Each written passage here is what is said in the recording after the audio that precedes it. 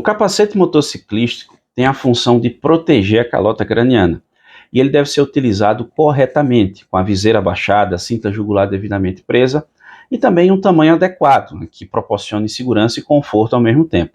No próprio Código de Trânsito Brasileiro, lá nos artigos 54 e 55, respectivamente, nós temos a obrigatoriedade do uso do capacete, tanto por parte do condutor quanto por parte do passageiro. A não utilização ou a utilização incorreta traz como consequência o cometimento de infrações de trânsito e também, num eventual sinistro de trânsito, a não utilização do capacete, por exemplo, aumentam consideravelmente as chances da pessoa não sair com vida, infelizmente. E ainda assim, algumas pessoas acabam não utilizando, sendo que o capacete é o único item obrigatório que vai trazer alguma segurança para o motociclista. Eu dificilmente trago algum comentário pessoal, alguma opinião pessoal nos vídeos. Normalmente eu explico o que é que está na lei para a pessoa que está me assistindo, mas dessa vez eu faço um comentário. Eu confesso que eu não consigo entender como é que uma pessoa que está ali numa moto, um motociclista, ele abre mão do capacete, que é o único item que vai trazer uma segurança para ele naquele momento. Eu confesso que eu não consigo entender. Mas em relação às infrações de trânsito, eu vou explicar para vocês três delas, três infrações previstas no Código de Trânsito Brasileiro, pela utilização incorreta do capacete ou pelo não uso realmente do capacete, e quais seriam as consequências legais dessa não utilização. A primeira delas é em relação à cinta jugular, que tem que estar presa, só que alguns motociclistas utilizam ela solta, por praticidade, rapidez, pressa, enfim, acabam não utilizando. E é claro que em um eventual sinistro de trânsito, o capacete pode acabar saindo. Por essa razão, é que nós temos no próprio CTB, lá no artigo 169, a previsão de infração de trânsito nesse caso, que é a infração por dirigir o veículo sem os cuidados indispensáveis à segurança. É uma infração de natureza leve, são 3 pontos no prontuário do infrator e uma multa de R$ 88,38 pela não utilização da cinta jugular presa, assim como determina a legislação de trânsito. Temos ainda a infração relacionada à viseira, na viseira levantada, que ela tem que estar abaixada de forma a dar proteção aos olhos. O que a legislação permite? Ela permite uma pequena abertura para facilitar a circulação de ar. Inclusive, se você estiver imobilizado, independentemente do motivo, imagina lá, sinal vermelho, você pode levantar completamente a viseira. Agora, vai voltar a conduzir o veículo, tem que abaixar a viseira, no máximo, uma pequena abertura para facilitar a circulação de ar. O que não pode é a viseira completamente levantada. Por mais que alguns argumentem, mas aí eu deveria escolher se a viseira fica levantada ou não, porque é muito calor, mas a pequena abertura para facilitar a circulação de ar é justamente para minimizar esse efeito do calor. Até porque a viseira levantada, qualquer detrito, às vezes até um inseto que pegar no olho do motociclista, obviamente, vai colocar em risco ali a segurança dele, porque o mais provável é que ele desequilibre e caia da moto.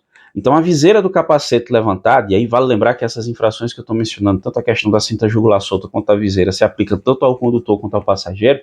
No caso da viseira, é infração de trânsito. Não existia esse tipo infracional na redação original do CTB, mas ele foi incluído pela Lei 14.071 de 2020, foram os incisos 10 e 11 do artigo 244 do CTB. Respectivamente, condutor ou passageiro com a viseira levantada é infração de trânsito de natureza média. São 4 pontos no prontuário do infrator, que é o condutor, e uma multa de R$ 130,16. Além disso, tem a medida administrativa de retenção do veículo para regularização. E a outra infração é relacionada ao não uso do capacete, que é justamente a punição mais severa. Quando o condutor ou passageiro deixam de usar o capacete, aí nós temos infração nesse mesmo artigo 244, só que nos incisos 1 e 2. 1 condutor, 2 passageiro, sem usar o capacete, que é infração de natureza gravíssima, multa de R$ 293,47 e não tem registro de pontuação, porque nesse caso se aplica a penalidade de suspensão do direito de dirigir. Isso mesmo.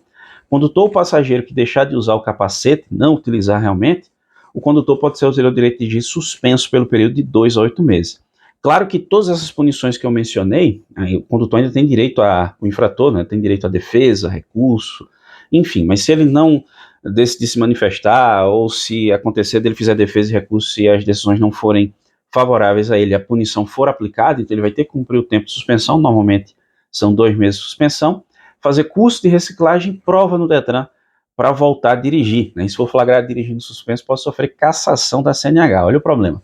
E no caso da falta de capacete, ainda tem a retenção do veículo naquele momento para regularização. Uma observação que eu faço ainda em relação a isso é sobre a constatação da infração. Em todos esses casos, a infração ela pode ser constatada pelo agente da autoridade de trânsito sem necessariamente ter que abordar aquele veículo para autuar.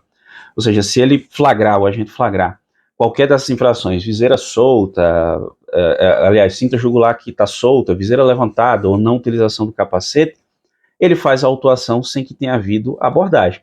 E pode ter o direito de dirigir suspenso. Detalhe, não suspende só sua categoria A, como eu já recebi esse questionamento aqui, não suspende o direito de dirigir como um todo.